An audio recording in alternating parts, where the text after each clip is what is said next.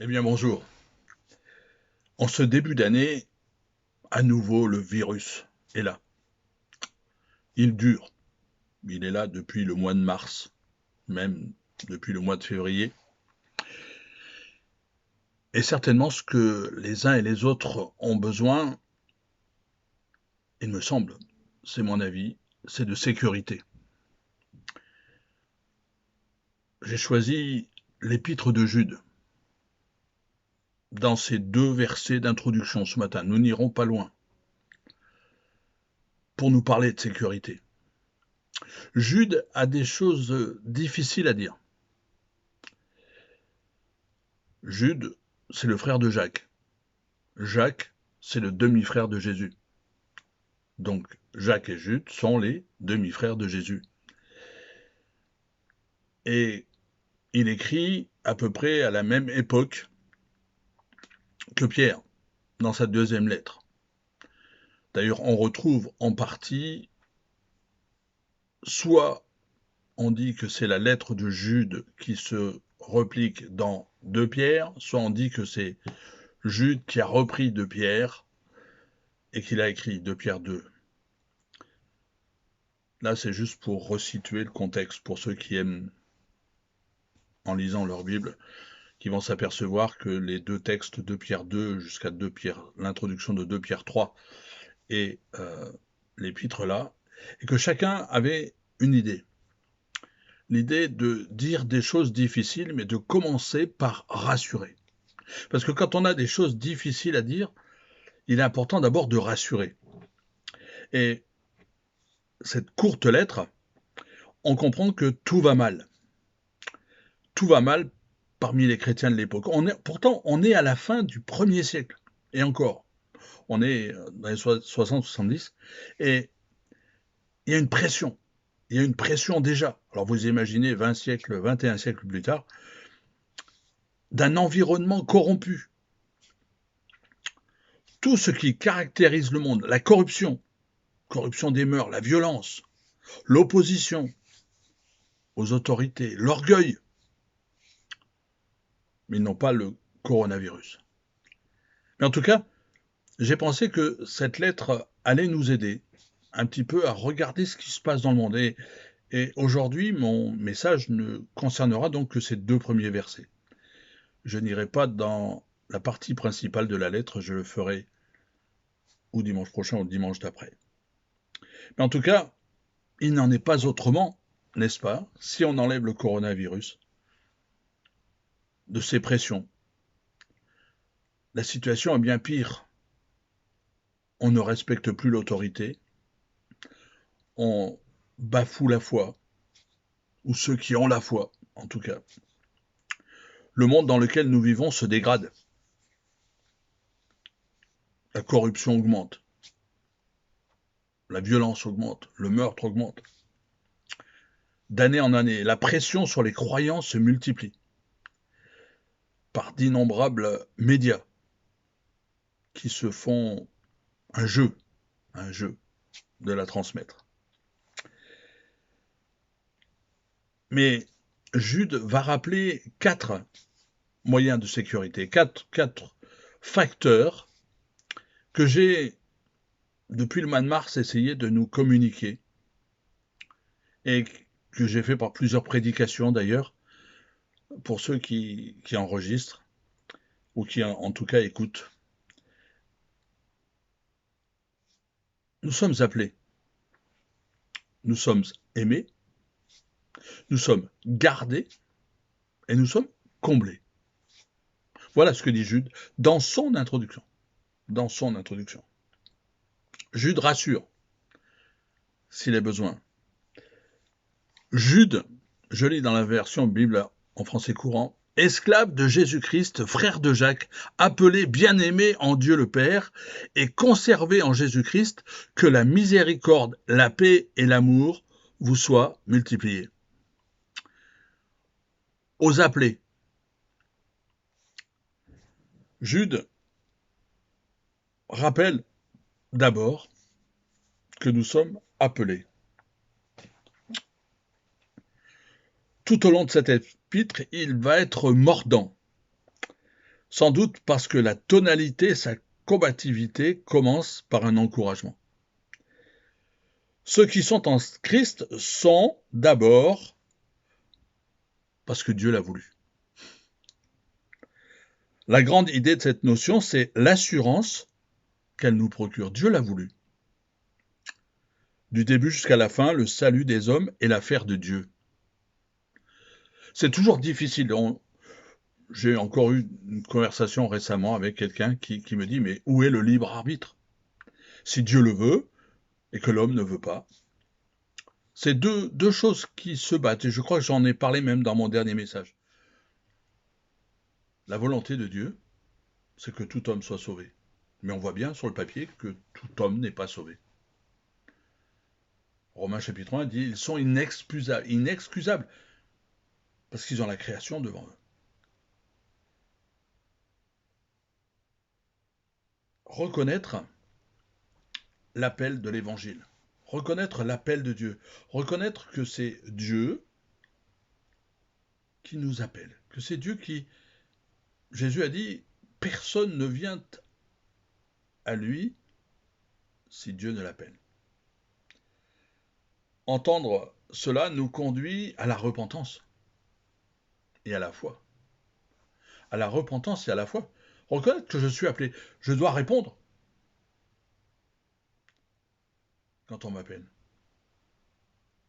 Je peux faire la sourde oreille, je peux dire je n'entends rien, ou je peux dire non à l'appel. D'avoir la confiance que Dieu nous aime, nous appelle, nous prend, nous purifie, nous restaure, nous garde. Mes amis, je recommence. L'appel que Dieu nous fait inclut que Dieu nous aime. On va en parler. Que Dieu nous appelle, c'est ce qu'on est en train de voir. Que Dieu nous prend avec lui. Que Dieu nous purifie. Que Dieu nous restaure. C'est-à-dire qu'il nous remet à neuf. Il nous garde. Vous savez, quand un ordinateur, pour ceux qui ont des ordinateurs ou un téléphone, ne marche pas bien, on fait une remise à zéro. C'est-à-dire qu'on le remet dans la condition originale. Et c'est ce que Dieu fait. Il ne nous corrige pas, il n'améliore pas, non, il fait remise à zéro. Et c'est ça, de revenir vers Dieu. Appelé. Bien avant ma naissance, Dieu m'appelait. La deuxième chose que nous dit le texte ce matin, c'est que Dieu nous aime. Dieu est amour, nous dit l'épître de Jean, la première épître de Jean, chapitre 4. Pourquoi sommes-nous gardés? Parce que Dieu nous aime. Parce qu'il nous a aimés. Parce qu'il nous a, la Bible dit, tant aimés. L'amour du Père est tel que ce qu'il nous offre, est solide. Est-ce que vous avez goûté que le Seigneur est bon? Est-ce que vous avez goûté? Vous savez, les enfants, souvent, ne veulent pas telle ou telle nourriture. Et parfois, ils ne veulent même pas y goûter. Mais l'amour de Dieu, c'est pas juste un ressenti, c'est pas juste un feeling, c'est pas juste un sentiment. C'est une réalité. Justement, la première épître de Pierre au chapitre 2, non pas la deuxième cette fois, dit « Rejetons donc toute malice, toute ruse, la dissimulation, l'envie, toute médisance. Désirez comme des enfants nouveau-nés le lait spirituel et pur, afin que par lui vous croissiez pour le salut, vous grandissiez. » Et là le verset 3, « Si vous avez goûté. » On en veut à Dieu, le monde entier en veut à Dieu. J'ai reçu un courrier récemment en disant des choses sur Dieu, mais je pense que celui qui me l'a écrit n'a pas goûté. Et je lui pardonne. Il n'a pas goûté. Quand on a goûté à l'amour de Dieu, quelque chose se passe dans notre vie. Dieu a tant aimé le monde, c'est le verset le plus connu, qu'il a donné son Fils unique. Vous imaginez que par amour, Dieu a sacrifié son Fils unique, son bien-aimé. Si vous avez goûté, souvent, on associe son amour à des cadeaux.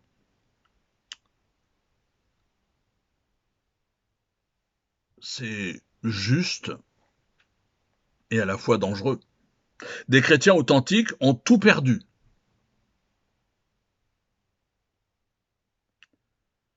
Sans que l'amour de Dieu en ait pour autant été diminué.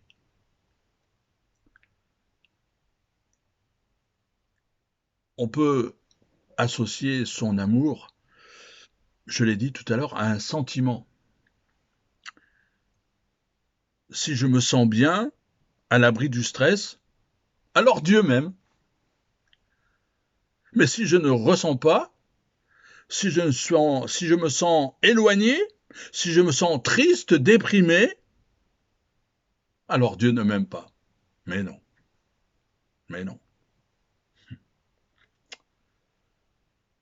Comment intégrer l'amour de Dieu? Dire que Dieu m'aime. Quels sont les moyens? Florent Varac, dans une de ses prédications, a dit la contemplation. Florent Varac, c'est un pasteur dans le milieu de la France. Il a dit la contemplation, être émerveillé. Quand on contemple, c'est pas, vous savez, on a l'image des contemplateurs, des gens voilà qui ne font rien, qui sont assis. Mais contempler Dieu, c'est être ébahi, c'est être émerveillé. J'en ai parlé récemment encore. Être émerveillé devant Dieu. C'est regarder avec intensité, avec joie. Méditer des vérités centrales. Méditer sa parole. Quand Dieu nous parle, quand je lis sa parole de Dieu, quand je m'en imprègne. Cette semaine, j'ai eu le privilège d'avoir une conversation avec des gens de plusieurs pays, d'autres collègues pasteurs de plusieurs pays. Et ce qui était intéressant, c'est que quand on étudiait les textes ensemble, les textes bibliques, d'un seul coup, quelque chose nous est apparu. Alors qu'on est tous, voilà, des gens qui dispensent la parole, qui étudient la parole, qui dissèquent la parole, le fait de l'étudier ensemble, d'un seul coup, quelque chose a émergé. Et c'est ça, méditer sa parole, c'est la comprendre, c'est arriver au bout. Et puis, c'est exprimer volontairement, c'est-à-dire rephraser. Donc, là, Dieu est en train de me dire. Parce que des fois, en la reformulant, on s'aperçoit si on comprend ou si on ne comprend pas. Et souvent, ce sont des promesses. Par rapport à une promesse que Dieu nous fait. Est-ce que je la comprends bien? Réaliser, quatrièmement, le lien entre l'amour de Dieu et celui que nous sommes invités à donner. Dieu nous donne pour que je donne. C'est pas l'inverse. Donc Dieu me donne, aimez-vous les uns les autres comme je vous ai aimé.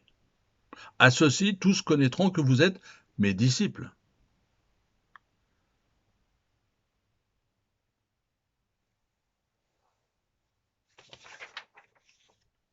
Nous sommes appelés, sécurité, nous sommes aimés, Dieu nous aime. Toute chose concourt au bien. On en parle souvent, hein. Le coronavirus, les accidents, la maladie, la mort. Qu'est-ce qu'on met dans le bien et qu'est-ce qu'on met dans le mal? Il dit, vous qui êtes gardés pour Jésus. Vous qui êtes gardés.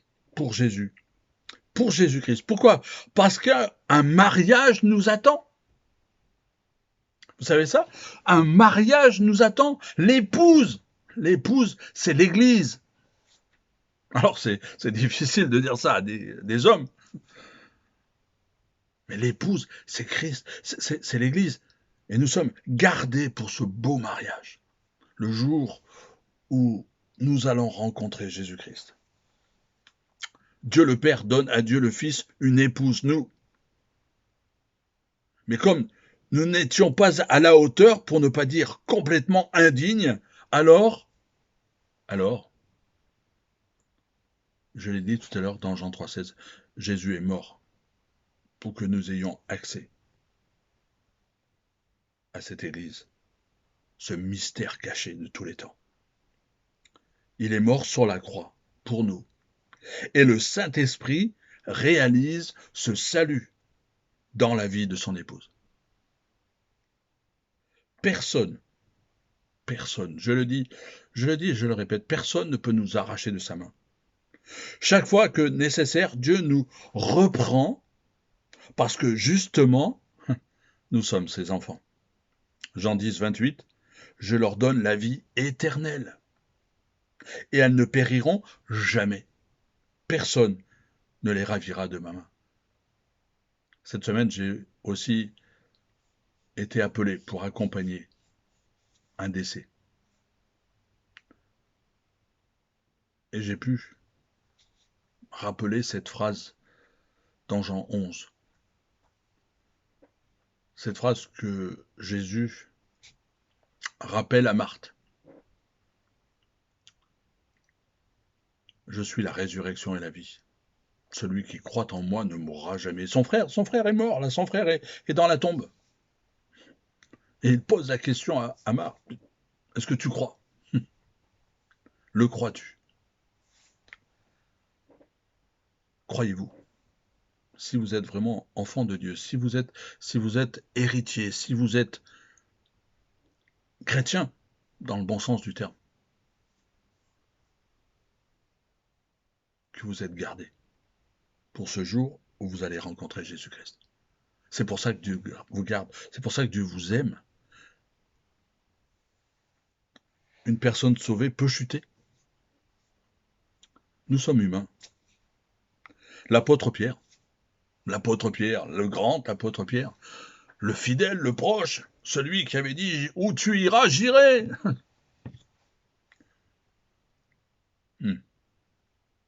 David, l'homme selon le cœur de Dieu.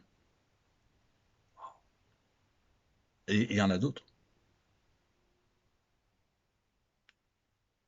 Ils sont là pour... Qu'est-ce qu'ils sont là? Ils sont là pour nous prouver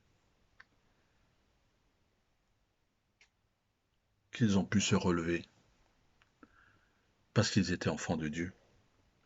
C'est cela qui révèle leur vraie appartenance à Jésus. Parce que Dieu les garde.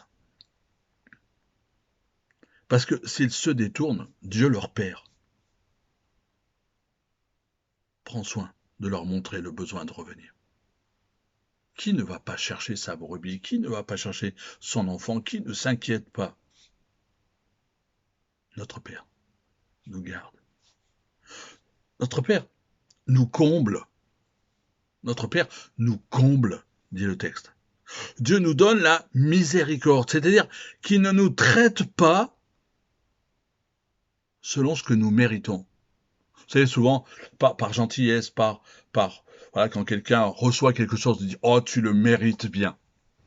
Et c'est vrai, c'est sincère, c'est certainement, la personne a fait plein de choses bien, elle a bien travaillé, elle a persévéré, elle a été jusqu'au bout. Et on lui dit « Tu le mérites bien ». Mais la Bible dit que nous méritions la mort. Ouais, à cause de nos péchés, à cause de cette séparation d'avec Dieu, à cause de cette négligence, de cet orgueil.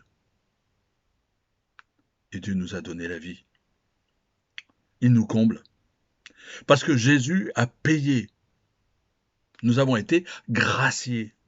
Dieu a placé la condamnation sur quelqu'un d'autre.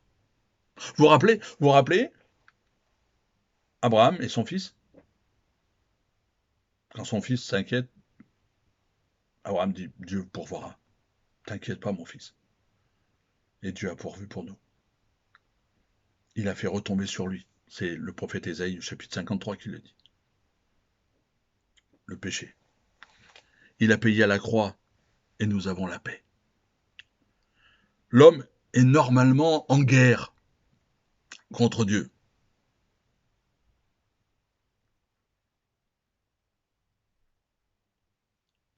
Mais Dieu, c'est Dieu qui est en colère. Et au lieu de nous séparer, de nous jeter, de nous rejeter, il nous offre, face à l'égoïsme humain, Dieu nous offre son amour. Dieu nous comble, shalom, paix. Il nous offre sa paix. Jésus dit, je vous donne ma paix, non pas comme le monde donne. L'amour de Dieu fait partie du lot. On en a déjà parlé de l'amour. L'amour, voilà, on le chante. Quand on n'a que l'amour à s'offrir en partage. J'aime beaucoup ce texte. Au bout du grand voyage. Quand on sait qu'on va passer de l'autre côté, mais que Dieu nous y attend, que Dieu nous a préparé une place. L'amour, la première, c'est cette belle lettre, cette lettre à l'amour d'un Corinthiens 13, au verset 13. Nous dit, maintenant ces trois choses demeurent, la foi, l'espérance et l'amour. Et le texte dit, c'est l'apôtre Paul qui l'a écrit, mais la plus grande de ces choses, c'est l'amour. Alors ça paraît surprenant, non? Parce que si ces trois vertus marchent ensemble,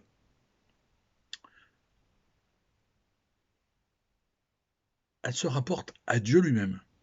Car c'est Dieu qui les fait naître en nous et qui désire les voir se développer en nous. La foi, c'est la première d'entre elles. Parce que c'est par elle que je rentre en relation avec Dieu. Mais je rentre en relation parce que Dieu m'a aimé. Et pas l'inverse. C'est Dieu qui m'a aimé le premier. Dieu a parlé, je crois. C'est ça la foi. Dieu a dit de se repentir. Je le crois, je le fais. Souvent, par rapport au texte biblique, on dit, mais pourquoi je ferais ça? Pourquoi je me ferais baptiser? Pourquoi je ferais ci? Pourquoi je fais ça? Ce que Dieu le dit. C'est ça la foi. Je le crois. Je le crois. Hébreux chapitre 11, verset 1, il nous dit, or la foi est une ferme assurance des choses qu'on espère, une démonstration de celles qu'on ne voit pas. Devenu son enfant, je crois, je suis certain que Dieu m'aime. Je suis certain. Est-ce que Dieu m'aime? Vous imaginez aller voir votre épouse et lui poser, chérie, tu m'aimes? Aller voir son père, sa mère. Est-ce que tu m'aimes? Alors on peut être brouillé, on peut s'être fâché, on peut avoir... Mais Dieu nous aime. À un tel point que je ne peux pas imaginer son amour. Je crois et je lui obéis avec joie, en sachant que je le réjouis en faisant sa volonté. Vous savez, il y a des gens, ils sont fâchés avec Dieu parce qu'ils disent « je prie » et Dieu ne m'accorde pas. En fait, j'ai vu cette illustration cette semaine et j'ai trouvé intéressante. Je prie, Seigneur, voici ma volonté, accomplis-la. Alors Dieu accomplit ma volonté. Et ça ne marche pas. Alors que je dis, Seigneur, je veux faire ta volonté. Et là, les choses changent. L'espérance, c'est un vrai cadeau. Devenu son enfant, je suis certain qu'il m'aime. Et enfin, la deuxième chose, c'est l'espérance. La foi, l'espérance. L'espérance, c'est un vrai cadeau, ça. C'est la certitude qu'il a préparé quelque chose de merveilleux pour nous. Un lieu où nous verrons Jésus, notre Sauveur. Je vais vous préparer une place, je reviendrai vous chercher. C'est une assurance où nous serons toujours avec lui. Pas pour 10 ans, 15 ans, 20 ans, 30 ans. Non, toujours. Espérance sans commune mesure avec ce que nous pouvons endurer sur cette terre. Les béatitudes, vous savez, Matthieu chapitre 5, chapitre 6, chapitre 7, on appelle ça les béatitudes. Ça donne une joie incomparable. Béni soit l'homme, a dit le prophète Jérémie. Béni soit l'homme qui se confie en l'Éternel et dont l'Éternel est l'espérance. L'apôtre Paul dans Romains chapitre 5. Or l'espérance ne trompe pas, parce que l'amour de Dieu est répandu dans nos cœurs par le Saint-Esprit qui, lui, nous a été donné. L'amour, enfin, l'amour. Ça, on a dit, ces trois choses demeurent, la foi, l'espérance et l'amour, mais l'amour, c'est le plus grand. Pourquoi? Parce que elle prend sa source en Dieu, qui est amour. 1 Jean 4,8. Qui nous a aimés le premier, alors que nous étions tout sauf aimables. Cet amour est versé dans nos cœurs, on vient de le lire, et ne demande qu'à se développer sous l'action du Saint-Esprit. Saisissons donc, mes amis, toutes les occasions pour l'exercer, y compris à l'égard de nos ennemis. Ça, c'est dur. Et nous constaterons que plus nous le distribuons, plus il se développe. C'est ainsi que nous imitons Christ qui nous a aimés, qui s'est livré lui-même pour nous. 1 Jean 4,8, celui qui n'aime pas n'a pas connu Dieu, car Dieu est amour. 1 Jean 4,16, et nous avons connu l'amour de Dieu que Dieu a pour nous, et nous y avons cru. La foi. Dieu est amour, et celui qui demeure dans l'amour demeure en Dieu, et Dieu demeure en lui. Ces trois vertus se présentent à chaque croyant. Mais elles ont besoin d'être cultivées, d'être développées soigneusement pour prendre une dimension à l'amour de Dieu, à la gloire de Dieu. Oh.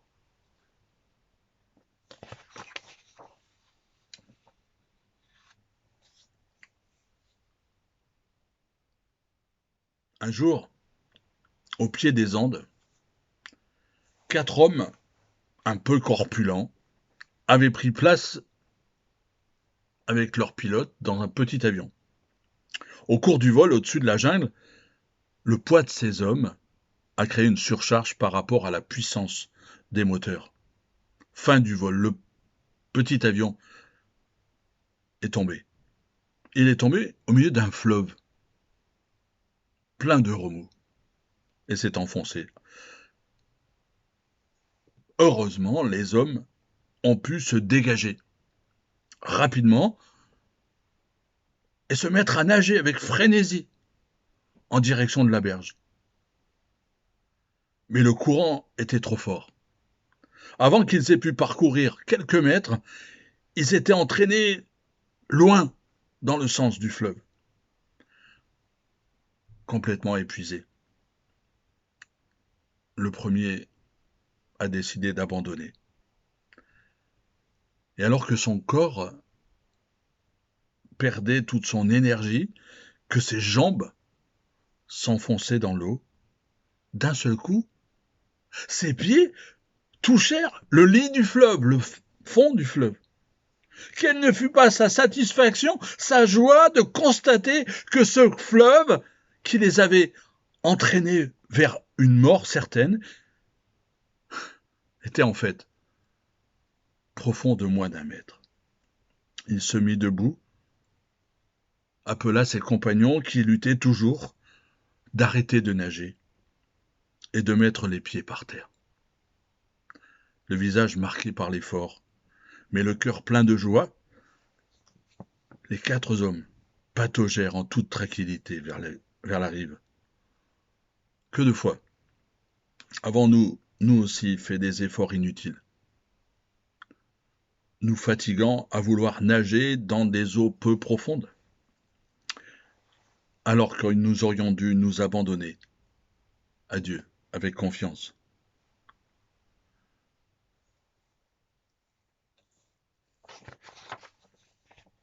Jude, dans le verset 2, va donner les moyens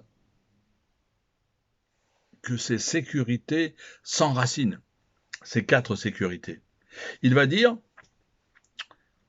que la miséricorde vous soit multipliée. Pour remporter la victoire sur l'ennemi, il est nécessaire que la cohésion des troupes soit parfaite. Cela sous-entend que les soldats aient du respect les uns pour les autres, qu'il n'y ait pas de dispute entre eux. Combien de fois avons-nous des disputes? Combien de fois arrivons-nous, par notre nature pécheresse, à ne pas nous supporter, à ne pas croire, à ne pas nous croire, à dire des choses désagréables? Et là, Jude, pour combattre efficacement, pour la foi, Jude fait des vœux. Alors, on est encore en début d'année. Il dit que la miséricorde vous soit multipliée. Que la miséricorde vous soit multipliée. La miséricorde, c'est l'attitude intérieure qui pousse quelqu'un, j'en ai parlé récemment, à s'occuper d'une personne dans la détresse. Si nous mesurons mieux la miséricorde de Dieu envers nous, nous la pratiquerons davantage. Si je comprends, je peux faire. Si je ne comprends pas, je ne peux pas faire. Et si je veux en faire profiter mes frères et sœurs, alors j'ai besoin de comprendre. Elle nous gardera de l'esprit de supériorité, de l'orgueil. Elle évitera qu'il y ait dans le peuple de Dieu une classe de combattants fatigués, méprisés et découragés. Et puis avec la miséricorde, Jude propose que la paix vous soit multipliée. Quand la paix de Dieu remplit nos cœurs, nos pensées, notre énergie peuvent se concentrer sur Christ pour accomplir sa volonté. Nous partageons cette paix entre nous.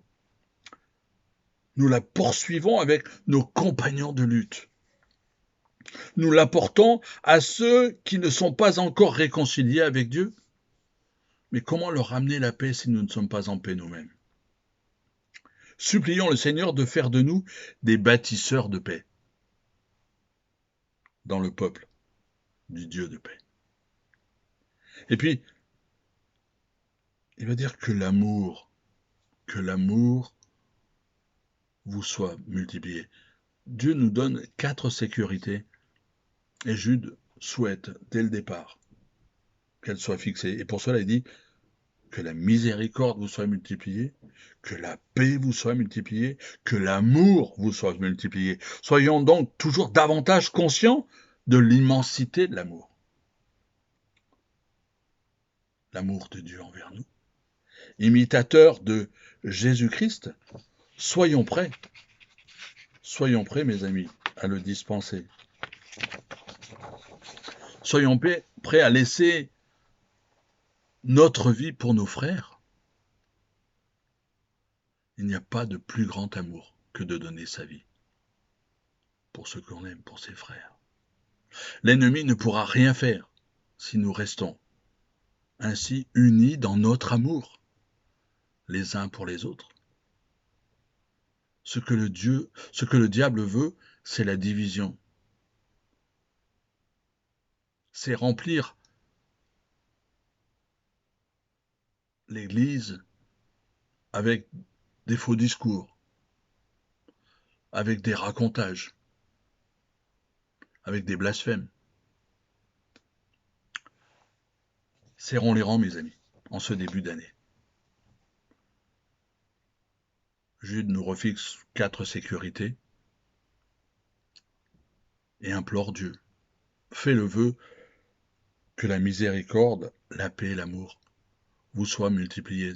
C'est vraiment mon vœu. pour vous, pour nous, pour l'Église de Christ, parce que nous sommes à son image. Nous sommes à son image. J'aimerais terminer en nous rappelant que Dieu a un plan. C'est ce qu'on essaye de voir dans les méditations. Que finalement, nous pouvons croire Dieu. Que nous pouvons laisser Dieu agir.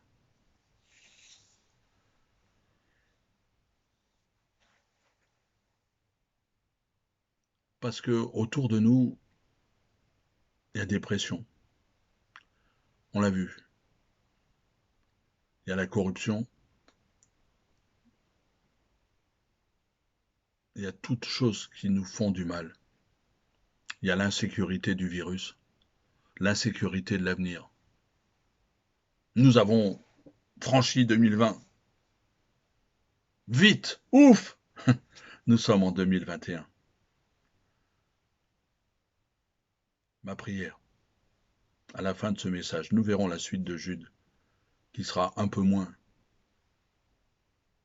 ou un peu plus agressive, non pas envers nous, mais pour nous prévenir, justement par amour, de ne pas chuter. Et je veux prier avec vous, que la miséricorde vous soit multipliée,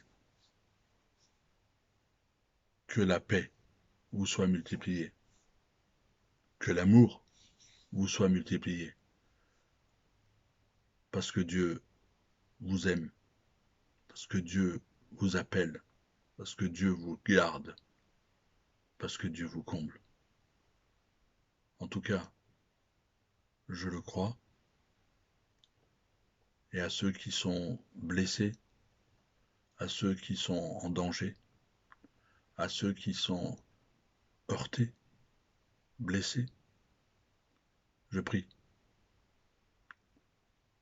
que nous soyons capables de porter ensemble ces choses devant Dieu et de retrouver la paix, afin que nous avancions et que nous soyons diffuseurs de paix dans ce monde difficile. Amen.